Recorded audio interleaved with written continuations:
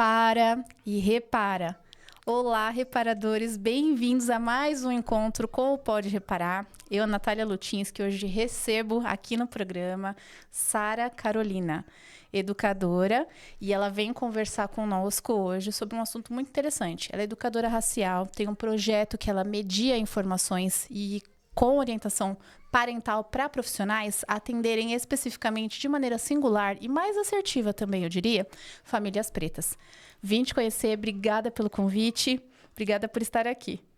Eu que agradeço, fico super feliz de ter a oportunidade de falar da parentalidade racializada e também da parentalidade antirracista, né? Porque é sempre um trabalho de duas frentes, atuando na racialização com famílias pretas, mas preparando pessoas brancas para lidar com a questão racial na parentalidade também. Estamos aqui, muito empolgados para aprender a conhecer, mas antes da gente ir por esse lugar, eu quero saber quem é Sara Carolina.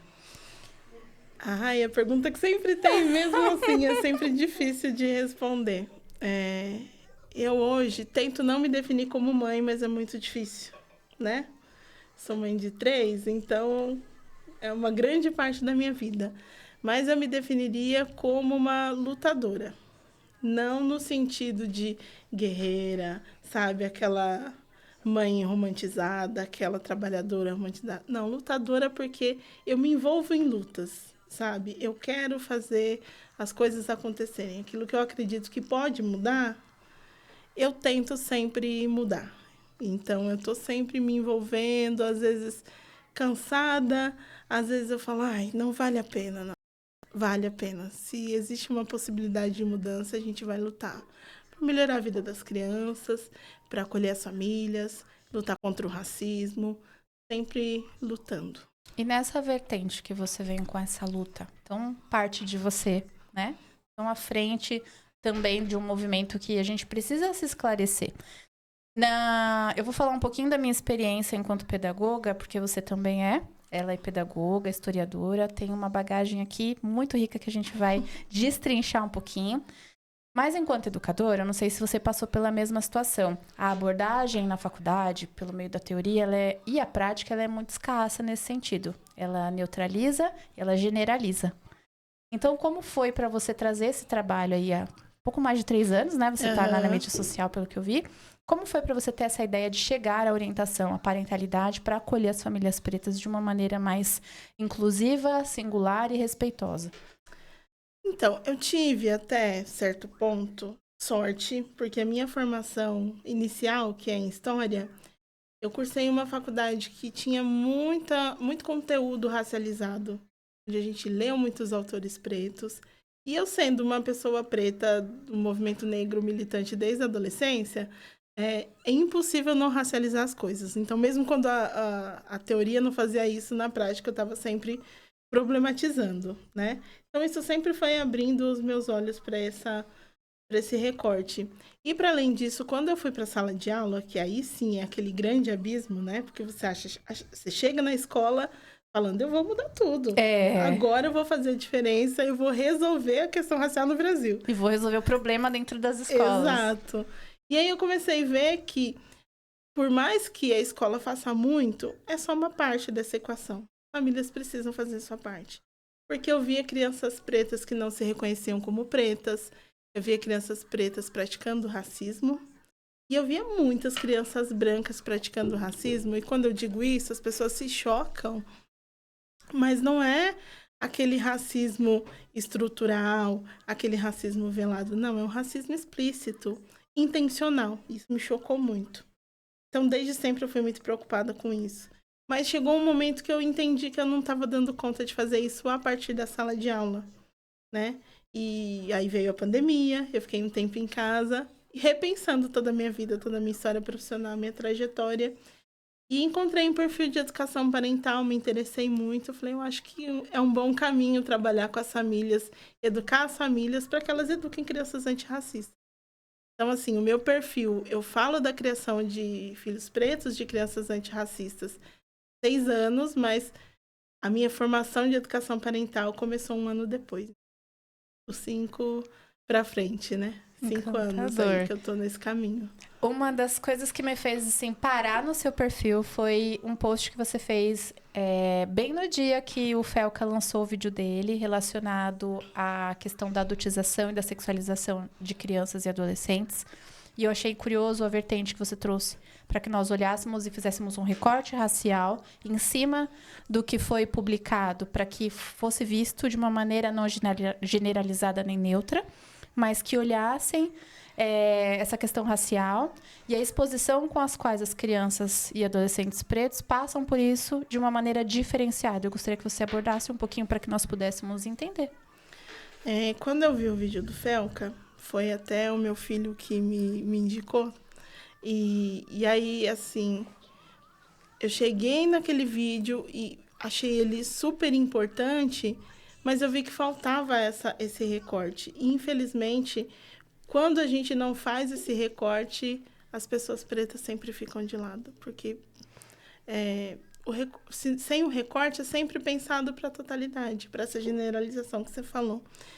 E eu falei, eu acho que é um tema que dá para a gente pensar um pouquinho e jogar luz para as crianças pretas. Por quê? Quando a gente fala de adultização, de esperar um comportamento de adulto ou de forçar um comportamento de adulto na criança, a gente não está pensando nas crianças negras que foram vistas como trabalhadoras na escravização, durante o período de escravização, né?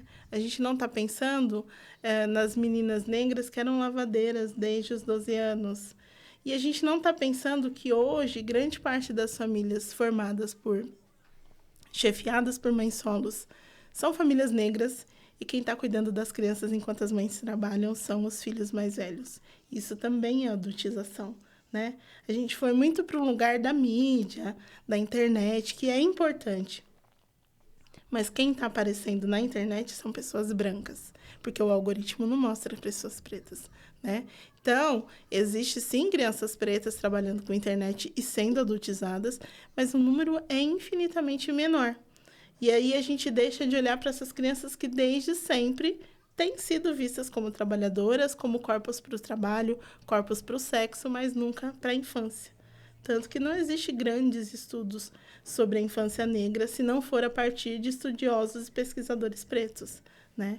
Então, eu acho que foi um momento importante para trazer esse assunto para a luz, para a gente pensar quanto se espera um comportamento adultizado de crianças pretas, inclusive das próprias famílias, né? Porque o racismo ele é uma coisa que ele endurece, que ele faz amadurecer mais cedo, que faz a gente cobrar dos nossos filhos. Eu, enquanto mãe de crianças pretas, cobro, às vezes, um comportamento dos meus filhos que não é esperado para uma criança branca da mesma idade, mas eu quero que eles sejam mais responsáveis, mais calmos, que eles não corram, porque eu sei que o racismo vai cobrar disso deles também, né? E a gente está adultizando essas crianças pretas desde sempre. E só agora a gente começou a discutir o das crianças brancas. Imagina quando é que a gente chega nessa discussão das crianças pretas. Então, vamos por esse lugar agora para a discussão se prolongar um pouquinho, porque eu também quero aprender a conhecer como é que eu posso sair de uma curiosidade ingênua, né, que é essa do senso comum, para que eu possa partir por um lugar onde o meu desejo de aprender a conhecer com naturalidade, né, possa ser fomentado. Então, como é que eu posso pesquisar? Como é que eu posso olhar? O que que eu posso fazer para abordar isso e também fazer reposts, recortes, de maneira que eu entre no assunto? Então, todo mundo precisa de conhecer a história do Brasil. Mas não aquela história que a gente aprendeu lá na escola, que é muito romantizada e que esconde e silencia. Eu não vou nem falar o negro. Dores profundas. Dores profundas, povos não brancos, de forma geral, né? Porque a gente também não conhece a história indígena, a gente não estuda a história da imigração, a gente só conhece a história que é contada por pessoas brancas. Pelo olhar do colonizador. E muitas vezes a educação que ele propõe não é a que a gente vive quanto colonizado. Exatamente. Então, a história que a gente aprende na escola ela não discutiu a marginalização da população preta, ela não discutiu a falta de acesso à educação, à saúde, à segurança, tudo isso que resulta nos problemas estruturais que o negro enfrenta hoje. Eu percebo que isso, quando é gerado assuntos, vira sempre uma discussão. Fica difícil que a gente consiga dialogar por uma perspectiva de aprendizado. Então, eu queria também que você comentasse sobre isso, porque como é para você, enquanto educadora racial, lidar com o assunto em ambientes que nem todos estão receptivos? Isso é uma coisa que eu tenho, assim, discutido muito, que eu, enquanto educadora racial, escolhi estar, né, nesse lugar de ensinar.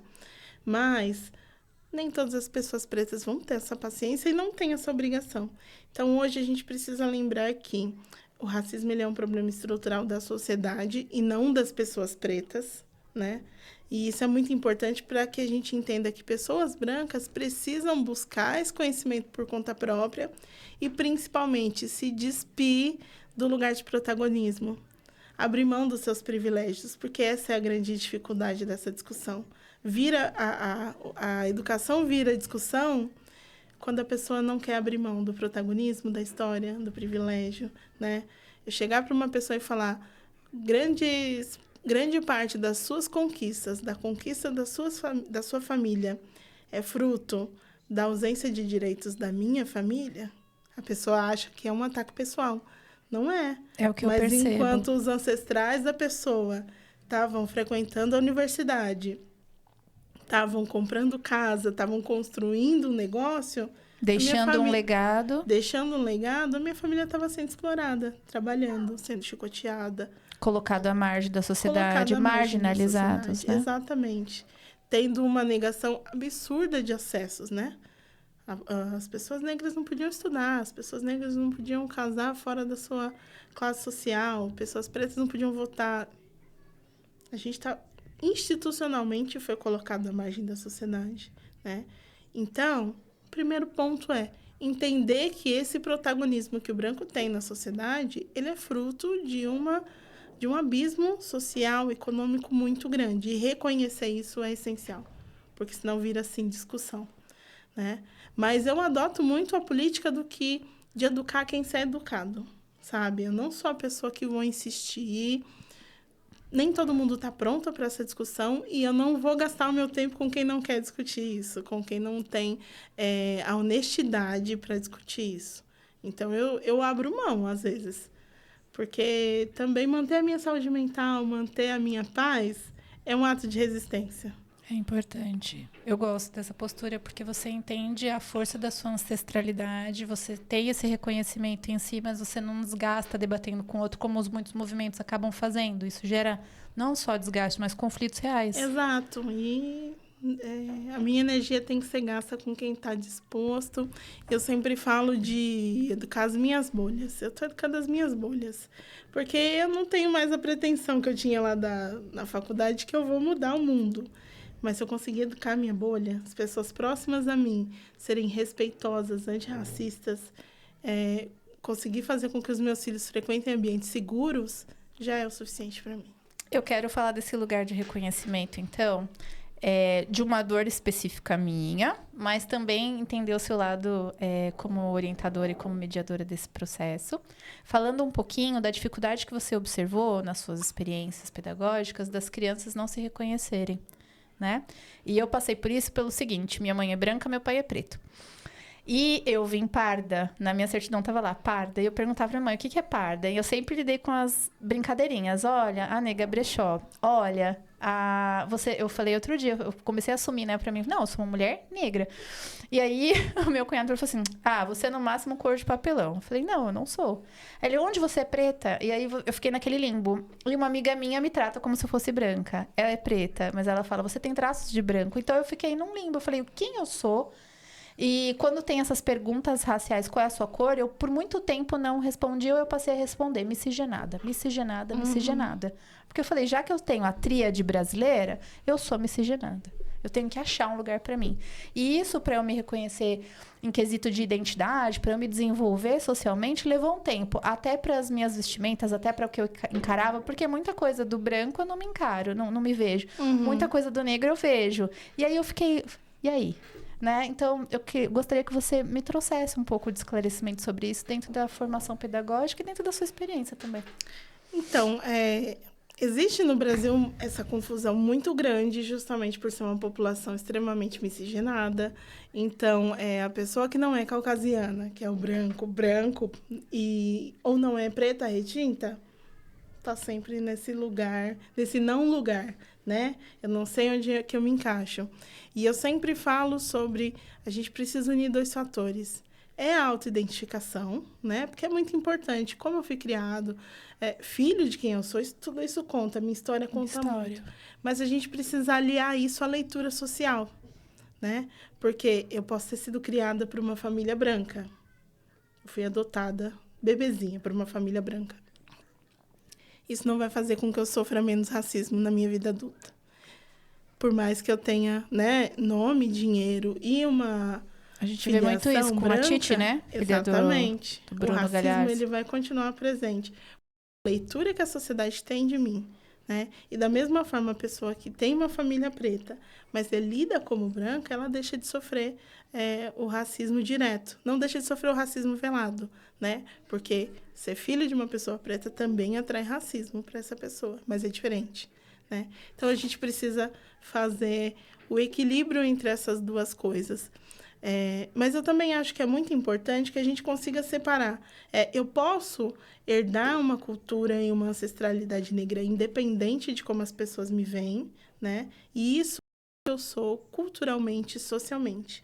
Mas eu não vou, por exemplo, reivindicar direitos de pessoas retintas, pretas retintas, né? Porque, historicamente, a negação de direitos é muito mais presente na vida do negro retinto. É verdade. Então, eu acho que é uma questão mesmo de você equilibrar as coisas, sabe? No seu caso, por exemplo, você sendo filha de preto e branco. É claro que você tem uma criação que tem muita coisa da cultura afro-brasileira, né? Mas a sua leitura é diferente da leitura que eu recebo, né?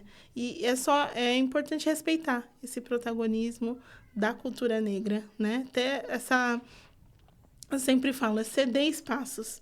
A luta e a questão racial, as relações raciais no Brasil é muito sobre saber ceder espaços, né? E aprender a conhecer. Aprender a se conhecer. E lembrar que quanto mais retinta a pessoa mais ela sofre o racismo, né? Então, se eu posso ceder um espaço, ceder um lugar, ceder o protagonismo para essa pessoa, é importante que eu faça. E quando a gente está falando de uma pessoa retinta, né, que não se reconhece, como faz esse trabalho? É porque, infelizmente, a racialização ela vem a partir de dores, né? Se a gente pensar nas crianças que eu atendia enquanto professora, por exemplo, eu tinha alunos pretos retintos que se diziam morenos, alunos pardos que se diziam brancos, sabe? Sempre clareando, se embranquecendo. O que é isso? Essa criança aprendeu sobre a história do negro na escola. O que ela herdou da negritude dela? Dor, sofrimento, exploração do trabalho, injustiça. E ela não quer isso. Ninguém quer essa herança, né?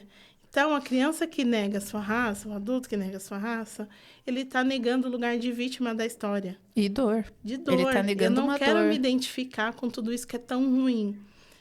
Por isso que é tão importante que as famílias apresentem a questão racial para as crianças e não a escola. Os meus filhos foram apresentados para a negritude deles a partir das potências. O seu cabelo é lindo, a sua pele é herdada de um povo muito forte, você vem de uma ancestralidade de reis, rainhas, de orixás, né?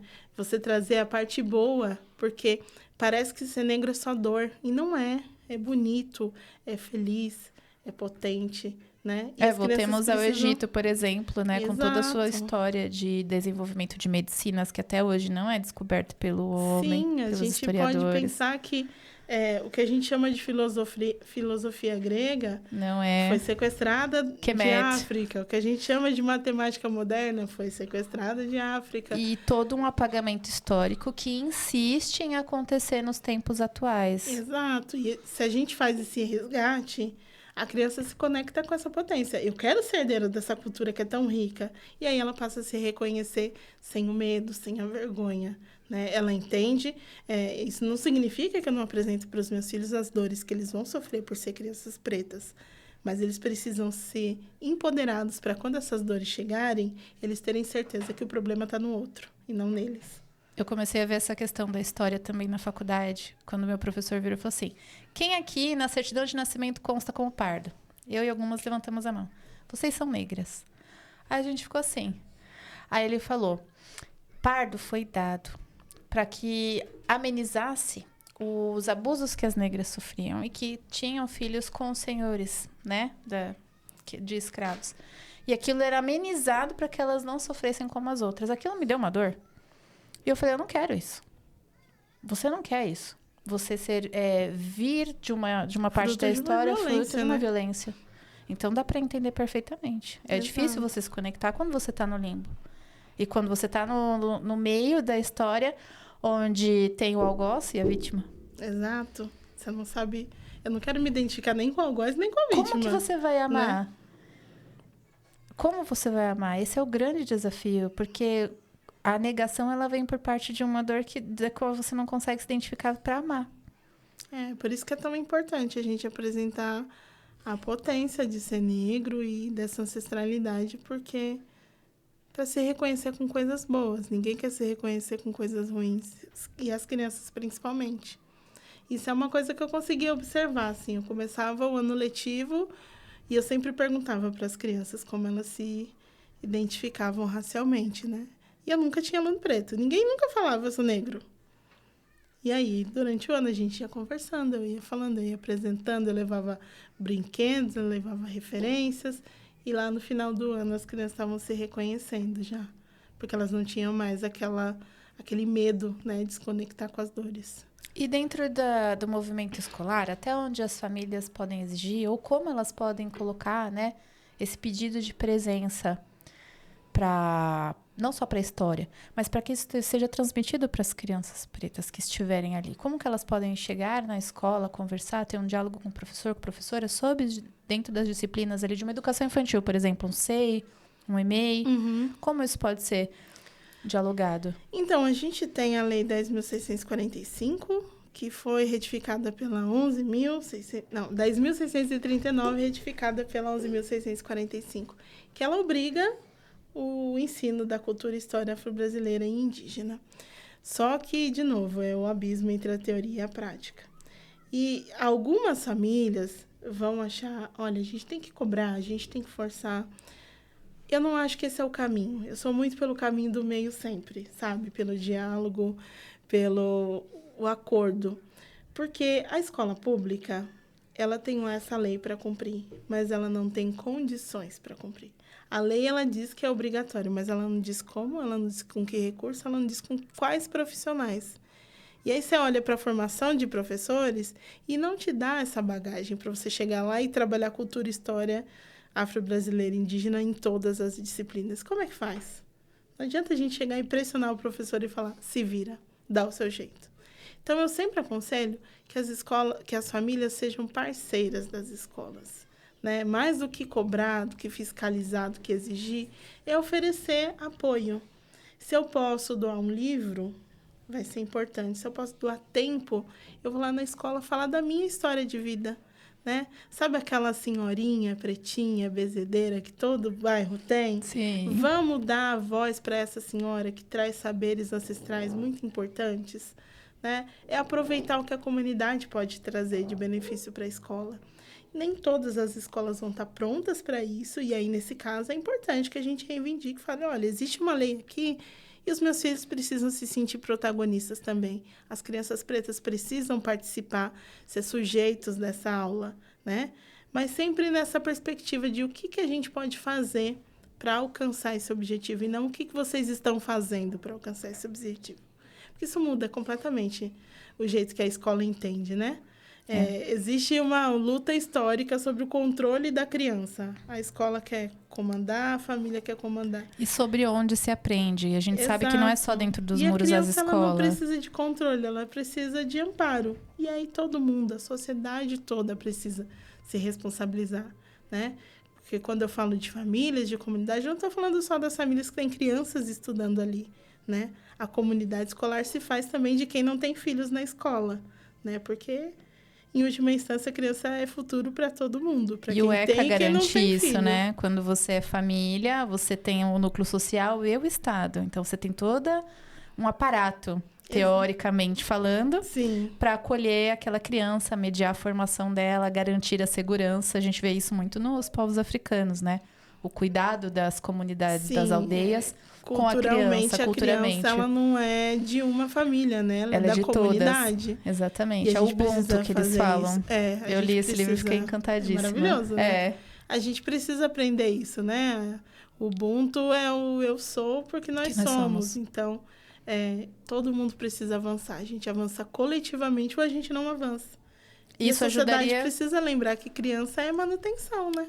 Sim, isso ajudaria até as mães que você mencionou, né? Sobre a bancar de forma solo os seus filhos e não colocar uma pressão de paternidade ou de responsabilidade no filho mais velho para cuidar dos mais novos. Exatamente. Eu passei por isso. A rede de apoio seria... Eu sou mais velha de 3. E com 9 anos eu assumi a responsabilidade por 2 mais novos, que a minha irmã tinha 7, o mais novo tinha 1 ano.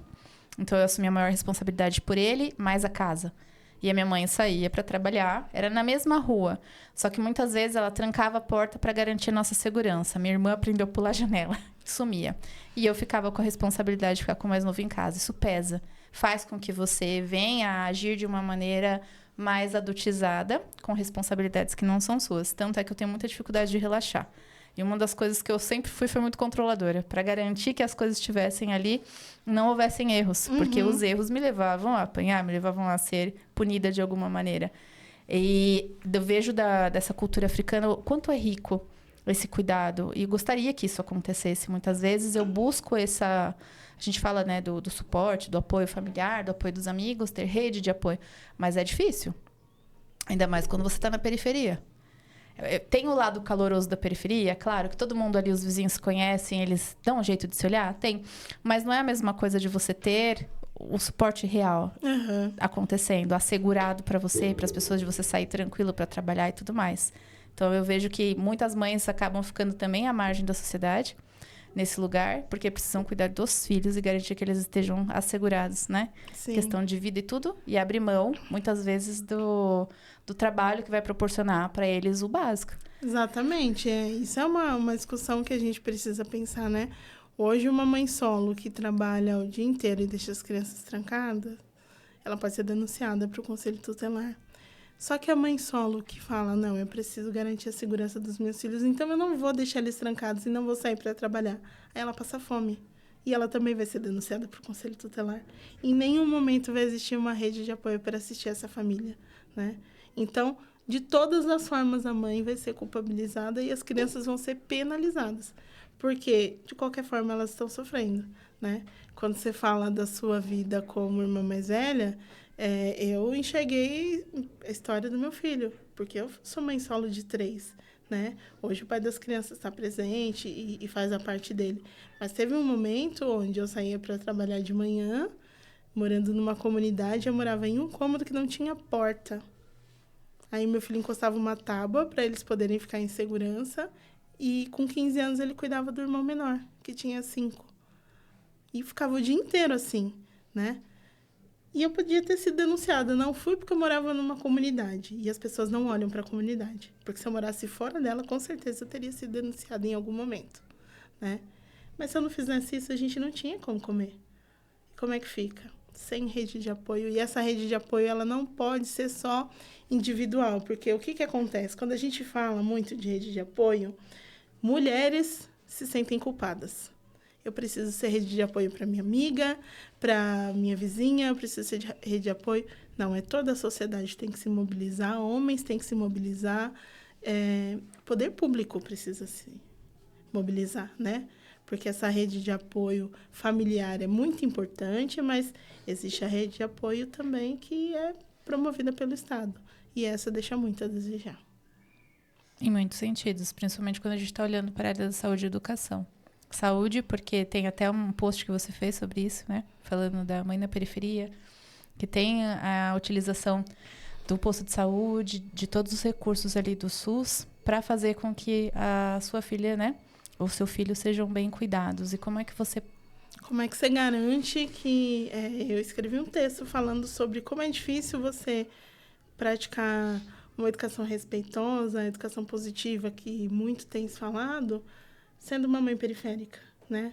Como é que eu garanto a alimentação saudável do meu filho se eu moro num deserto alimentar e a quitanda do bairro só tem tomate, laranja e banana? Como que ele vai ter uma alimentação super variada se eu não tenho grana para comprar um mamão que custa R$ 15? Se eu não tenho tempo para chegar em casa e cozinhar legumes, porque assim, a mãe sai de casa quando o sol não nasceu ainda e ela volta para casa às 8 da noite para cozinhar, dar banho nas crianças, olhar caderno, não sei o quê.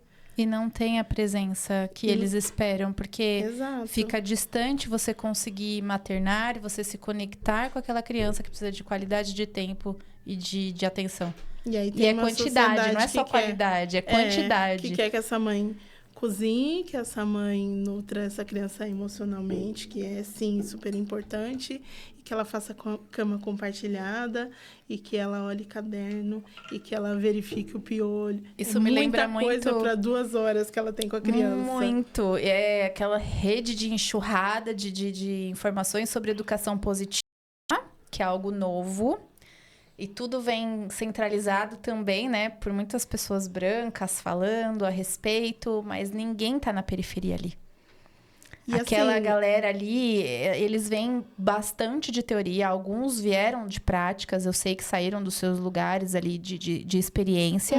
Então, eu olho para essas pessoas de trás, assim, de onde elas estão falando, de onde elas estão partindo. Então, vem a informação pedagógica de alguns, vem a experiência própria, outros só a experiência, enfim. Mas é sempre o lugar de uma pessoa branca. É sempre o lugar de uma pessoa que não está na periferia. E aí eu me identifico parcialmente, só que vem muito mais a identificação com cobranças do que eu preciso atender. Exatamente. Do que um lugar de reconforto e de aconchego, de acolhimento, onde eu possa dizer, encontrei um lugar onde eu vou derramar a angústia, as minhas dificuldades, e eu realmente vou saber o que fazer a partir daqui, né?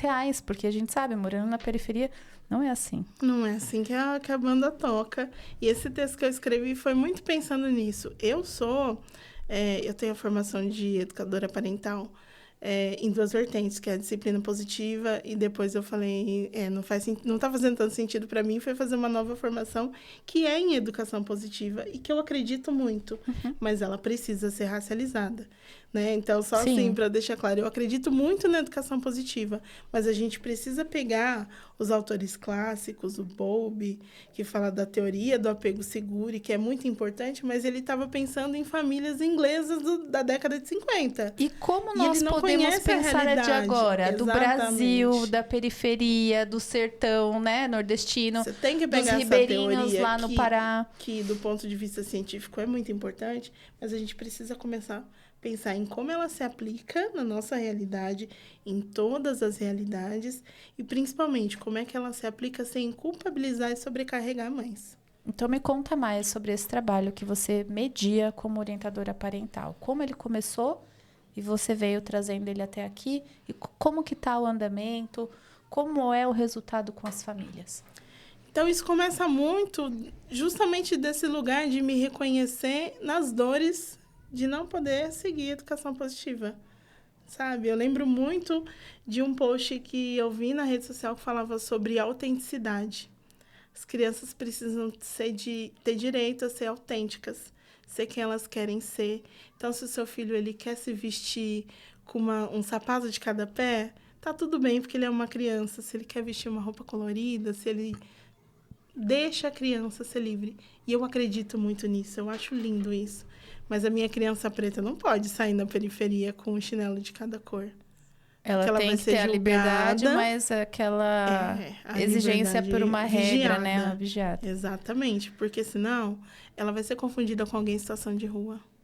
E sendo preta, isso significa atrair violência, né? Então, a autenticidade da criança preta, da criança periférica, ela tem esse limite, que é o limite da segurança física, né? Não é só da segurança emocional. E aí eu comecei a pensar em várias coisas que, na teoria, eu concordo, cientificamente faz todo sentido, mas quando chega na ponte para cá, eu sempre uso essa expressão, Da ponte para cá, não dá para fazer desse jeito. E a gente precisa pensar alternativas de redução de dano, né? Então, quando eu falo dessa conexão que a mãe precisa desenvolver com a criança, o ideal seria que todos os dias ela tivesse 10 horas de atenção com a criança. Ela pode fazer isso? Não pode. O que ela pode fazer?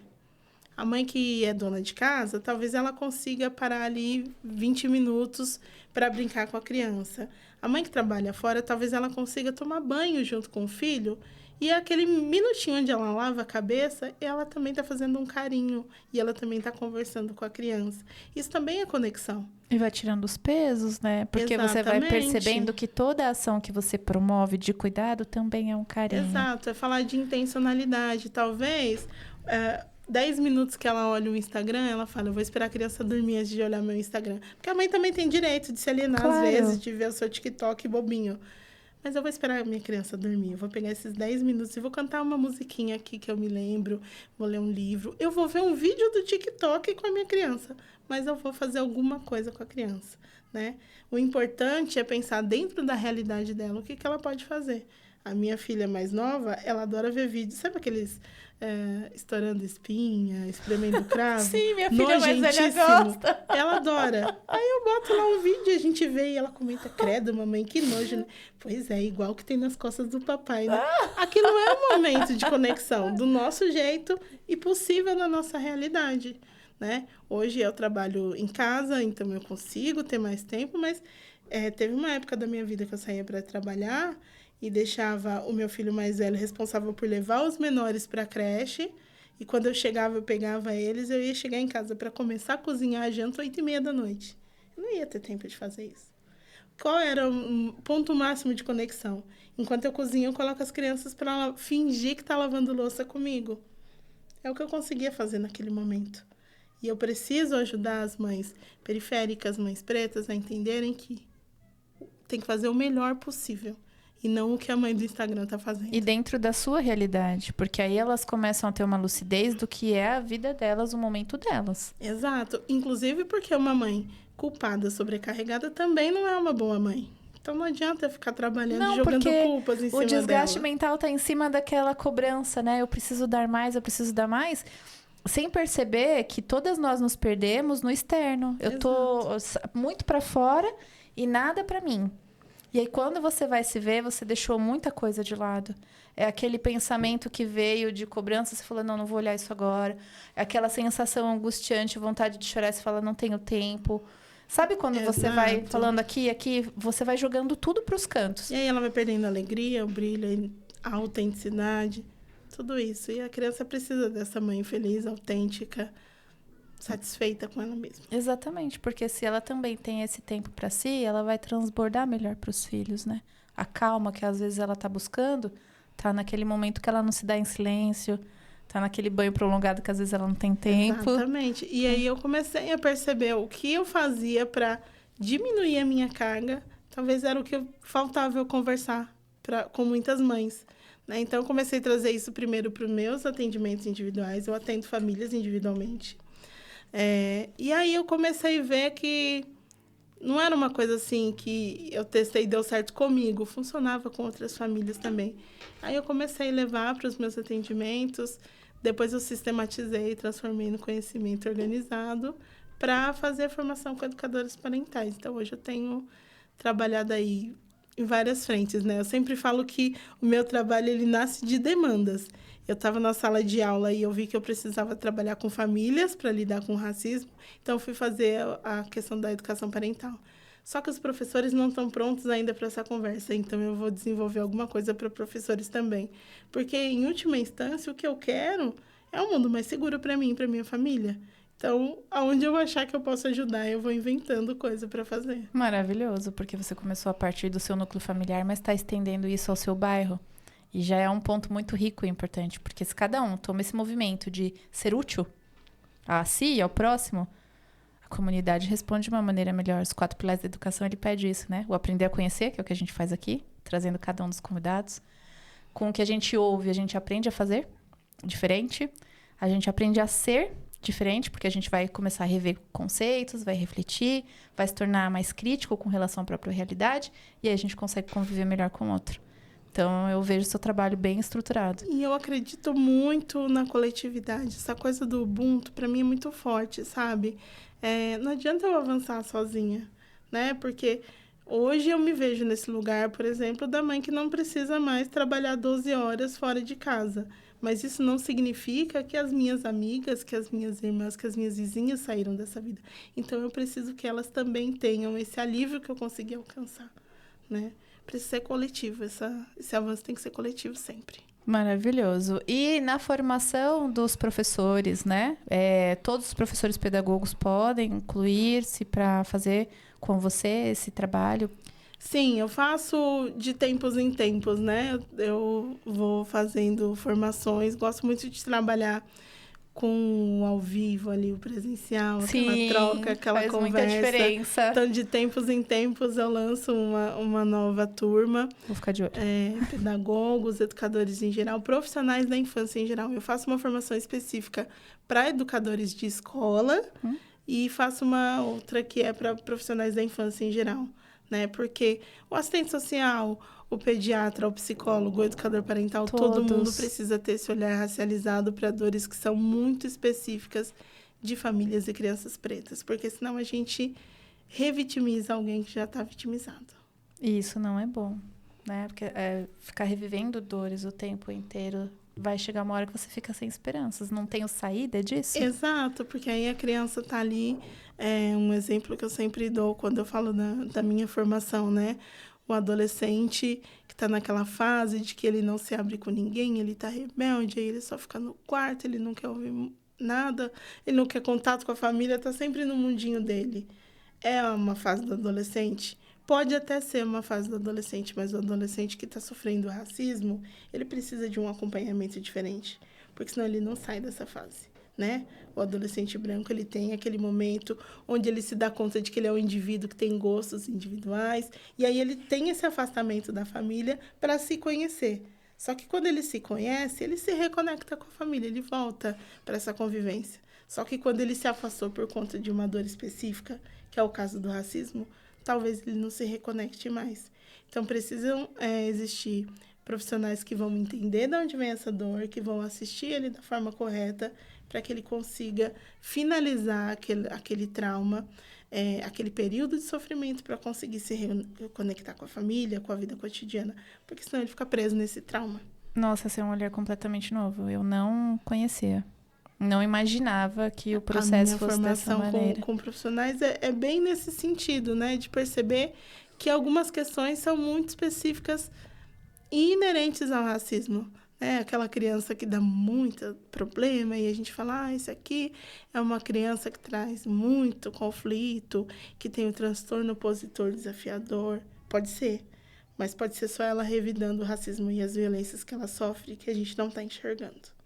E é preciso saber que quando chega aquela criança preta num consultório, ela tem uma bagagem, uma história diferente. Precisa ter esse olhar racializado, precisa ter alguém que fala quem brinca com você na hora do intervalo. Para saber acolher. Qual é a cor dos seus colegas no intervalo? Isso faz toda a diferença. Tudo. Aí, às vezes, aquela criança que você acha que ela é muito reativa, na verdade, ela só está devolvendo a violência com violência. Racismo, ela está só se protegendo. Racismo velado e racismo estrutural. Que são, de uma forma bem resumida. O racismo estrutural, ele vem de uma situação onde a forma com que o Brasil se construiu foi colocando negros em determinados lugares. O negro pode ocupar esse lugar, mas não pode ocupar aquele. Só para deixar mais um exemplo mais concreto. Por favor. Vamos pensar em quantos médicos negros já te atenderam na sua vida. Isso é o racismo estrutural presente na sua vida todos os dias. Por quê? O acesso à educação foi negado a pessoas pretas. Então, chegar à universidade já era muito difícil. O curso de medicina é um curso muito caro, de tempo integral. Qual é a pessoa preta que tem tempo e dinheiro para estudar medicina? Só que isso começou assim. Hoje, As pessoas entendem que a medicina não é para negros, independente se ele tem dinheiro, se ele tem tempo. O médico negro, ele tem menos clientes, ele tem menos pacientes, porque as pessoas já entenderam que estruturalmente negros não ocupam esse espaço. Então, assim, de forma simples seria isso. É chocante. É a gente crescer aprendendo que existem lugares que o preto pode ou não ocupar. Na escola que eu trabalhei, eu vi muito isso também. A quantidade de crianças pretas e brancas era discrepante. E se pensar em educadores, então? É muito diferente o número. Sim, educadores também não tinham. Pretos não tem. Se você vai para os cargos de gestão, menos ainda, né? Então, quanto mais se sobe nessa hierarquia profissional, menos pretos estão ali presentes. E isso vai criando uma mentalidade onde o negro não ocupa cargos de destaque, ele não ocupa espaço de tomada de decisão. Isso é muito sério, porque nós estamos aprendendo a olhar para a sociedade e identificar esse foco. Quando você tem um letramento racial, você entende que a pessoa preta talvez não acessou o curso de medicina por tudo isso que eu falei. Falta de tempo, dinheiro, de acessos e de direitos. Quando você é uma criança de 5 anos e você nunca viu um médico preto, o que você entende? Pessoas pretas não são competentes para cuidar da minha saúde. Porque ela não tem todo esse acesso à informação. Então eles vão julgar até a competência da pessoa em si, por causa da cor. Não é justo. Não tem como a gente lutar com isso se a gente não tiver um letramento racial desde a infância. Por isso que eu trabalho com a infância, né? Porque aí essa criança ela vai crescer com essa mentalidade, ela vai tratar pessoas pretas talvez não com hostilidade, mas acreditando que elas podem ocupar determinadas posições. Ele pode ser o porteiro do meu prédio, mas ele não pode ser o dono do meu prédio. Esse tipo de coisa. E aí chega na idade adulta e começa a manifestar essas opiniões. Né, esse do porteiro tocou num assunto que eu... No período de faculdade, eu estava no estágio. E, nossa, isso foi 2018, 2019. Eu cursei um estágio e aí eu acabei ficando efetiva numa escola particular na Zona Sul, muito próximo da minha faculdade. Uma escola de elite, então só tinham crianças brancas. Quando eu entrei, um dos alunos foi retirado pela família, porque não queriam que eu desse aula para ele. E aí, eu usava o meu cabelo muito cacheado, bem armado, e a proprietária da escola, eu peguei ela fazendo assim, manda ela prender o cabelo, ela fica assim. Não atrapalhava as minhas atividades. E eu cheguei a um embate, infelizmente, né, de me posicionar de uma forma mais firme, até mais dura, para que eu pudesse me defender. E eu disse, olha, meu estilo, minha forma de me arrumar, de me vestir, o meu cabelo não está interferindo na maneira como eu lido com as atividades aqui dentro. E ela virou para mim e falou assim, mas não pense que isso é preconceito, a gente tem um porteiro negro na porta. Quando ela falou isso, ela acabou de declarar total racismo com relação à situação. Eu olhei muito sério para ela. E eu falei assim, eu não vou sair daqui te dando a resposta que você merece, porque eu acredito que você saiba o seu lugar. Mas eu quero que você saiba que eu tenho uma postura. E se você quiser que eu fique, nós vamos fazer um alinhamento sobre tudo isso que você está falando, porque o que você está me trazendo é sim racismo. Não é possível. E aí, depois de um tempo, as gestoras de lá viram que eu estava certa. Uma delas saiu do cargo, né, que era coordenadora, e depois de um tempo soube que a escola fechou. Então, já é um problema. Então, é isso, né? Essa pessoa não necessariamente odeia pessoas negras, mas ela vê pessoas negras ocupando alguns lugares e outros elas não podem ocupar. E é muito louco, porque quando ela falou isso, eu fiquei assim, né? Eu falei, e aí? Quer dizer que o lugar de uma pessoa negra tem que ser sempre baixo? É no serviço, é prestando um serviço, é subalterno sempre, né? E isso é um racismo estrutural. Agora, o racismo velado é aquela pessoa que tem crenças mais profundas, mas que ela não tem a coragem para praticar o racismo explícito. Então, ela deixa sempre subentendido que ela desconsidera a pessoa negra, de que ela não se vê de igual para igual com aquela pessoa, né? Então, dando exemplos da minha vivência, assim, do cotidiano. Não preciso voltar muito, não. Eu estar na fila do açougue e o açougueiro saber que eu sou a próxima, mas ele chama a madame, rica e bonita, cheia de bijuterias, que está lá no final da fila. Porque eu posso esperar mais, porque o meu tempo vale menos. Porque provavelmente ela é madame, eu sou só uma empregada que fui lá comprar carne. Nossa. É esse tipo de coisa, né? Você tá num restaurante e o garçom passar por você 300 vezes e não atender você, e não perguntar o seu pedido, né? A família branca que chegou depois ser atendida primeiro. Parece pouca coisa, mas pensa uma vida de preterimento, né? Porque sempre assim, o racismo velado, ele tem essa característica. Quando você denuncia, quando você reclama, a pessoa fala assim, não foi por querer, não foi intencional, e às vezes não é mesmo, né? Mas é que a pessoa tem uma mentalidade tão contaminada pelo racismo que ela não se dá conta de que ela faz essas coisas. Só que ela faz isso 1 vez por dia, 2 vezes por dia. A pessoa preta, ela passa por isso 10, 15, 20 vezes por dia.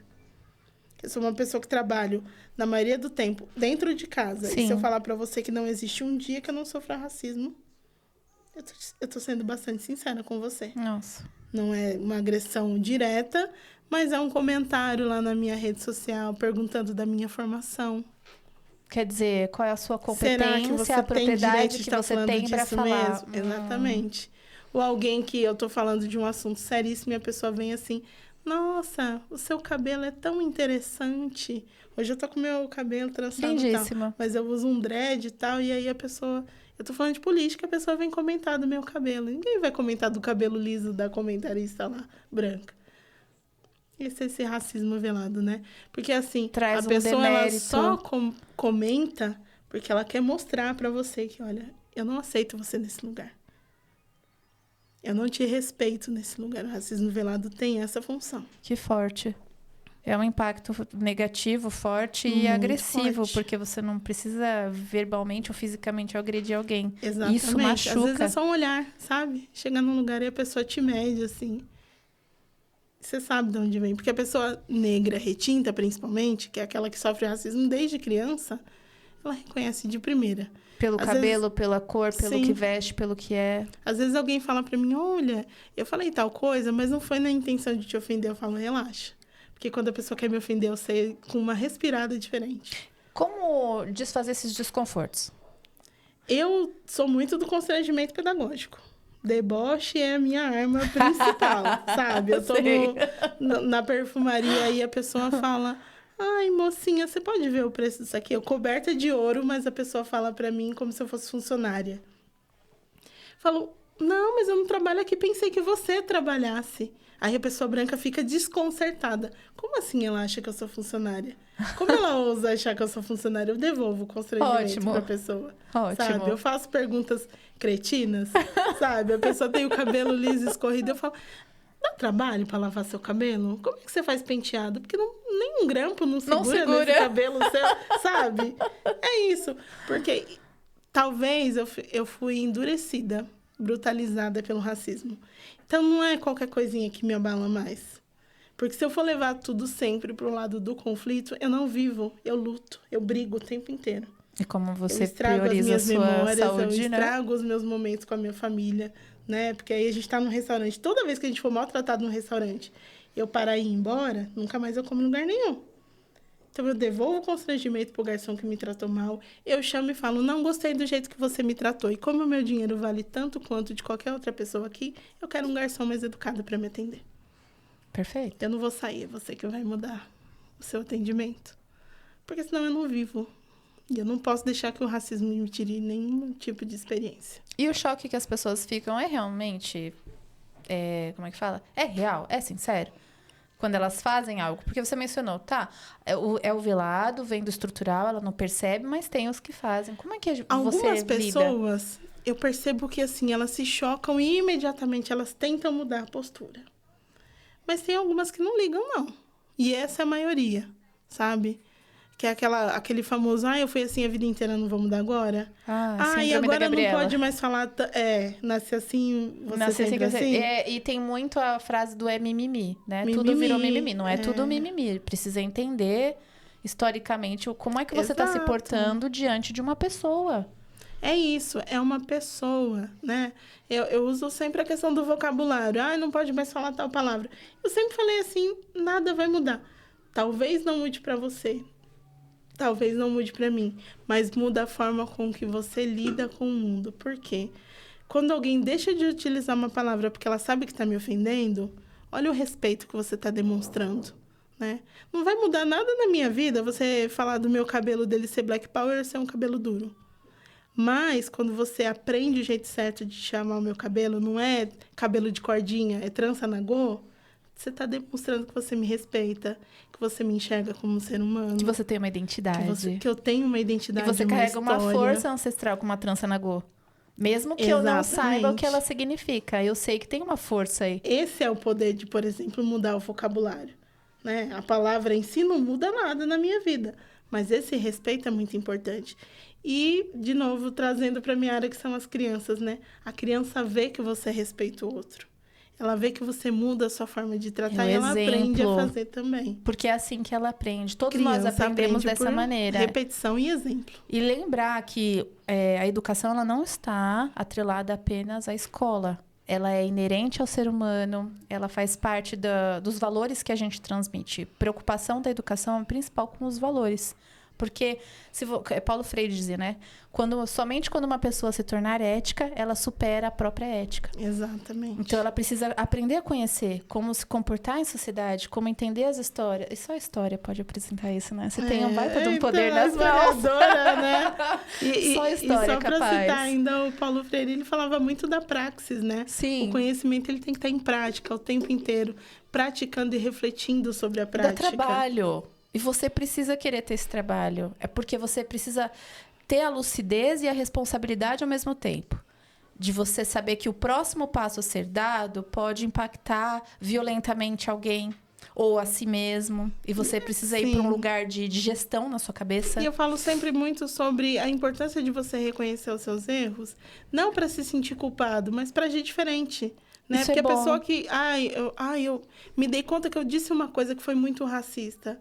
Então, agora você já sabe, a próxima vez você não vai fazer. Me desculpe, eu não farei mais. Você não precisa ficar sofrendo pelo que você já fez. Você se desculpa com a pessoa e segue adiante. A próxima você já não vai se tratar do mesmo jeito. Sim. Né? Sai desse lugar de culpa e usa o erro como aprendizado. E eu acredito que a renúncia do protagonismo da branquitude vem daí também, né? A culpa que eles não querem carregar. Exato, É difícil? Paralisa, a culpa paralisa, né? Você ficar, não vou fazer de novo para não correr o risco de errar. Porque eles acham que tá tudo no confortável. Eu vejo assim, não sei se você vê dessa maneira, mas é como se tudo tivesse no passado, né? Aí parece que você tá carregando uma dor ancestral que é de lá de trás, mas não. O tratamento é atual, o maltrato é atual. O racismo é um problema atual. O racismo é um problema atual, ele não foi superado. Ele não foi extinguido. E ele não é o mesmo que era lá no início da colonização. O racismo se reformou, ele mudou e a gente precisa lidar com ele como ele é hoje. Então, por favor, procurem Sara Carolina para atualizar. Famílias, profissionais da área da educação, da área da medicina, da área da psicologia, por favor, procurem essa profissional. Contem comigo. @Sara Carolina. É Sara com H no final e Carolina com 2 N's e aí vocês vão encontrar o perfil dela na rede social para acompanhar, para passear pelos feeds, para ver ali nos destaques tudo que ela tem. É muito rico. O recorte que ela traz falando sobre educação racial não é só de importância, é de alto valor, para que a gente possa aderir a um movimento de uma modificação de postura e de mentalidade, para que coletivamente a gente possa ser Ubuntu. É isso. Que a gente avance coletivamente e eduque a nossa bolha. Quero bolhas seguras pra gente. É sobre isso. Muito obrigada pela sua presença. Foi um prazer aprender a conhecer você. Eu espero te ver mais vezes aqui para outros papos. Adorei a conversa. Pode convidar que eu venho. Espero que você tenha gostado da canequinha. Linda. É sua. É um presente do Pode Reparar para os nossos convidados. E quem quiser também aderir tanto às garrafas quanto às canecas, pode deixar lá nos comentários do vídeo que a gente responde e entra em contato para informar como é que vocês podem fazer a aquisição. Obrigada, Sara. Prazer. Obrigada.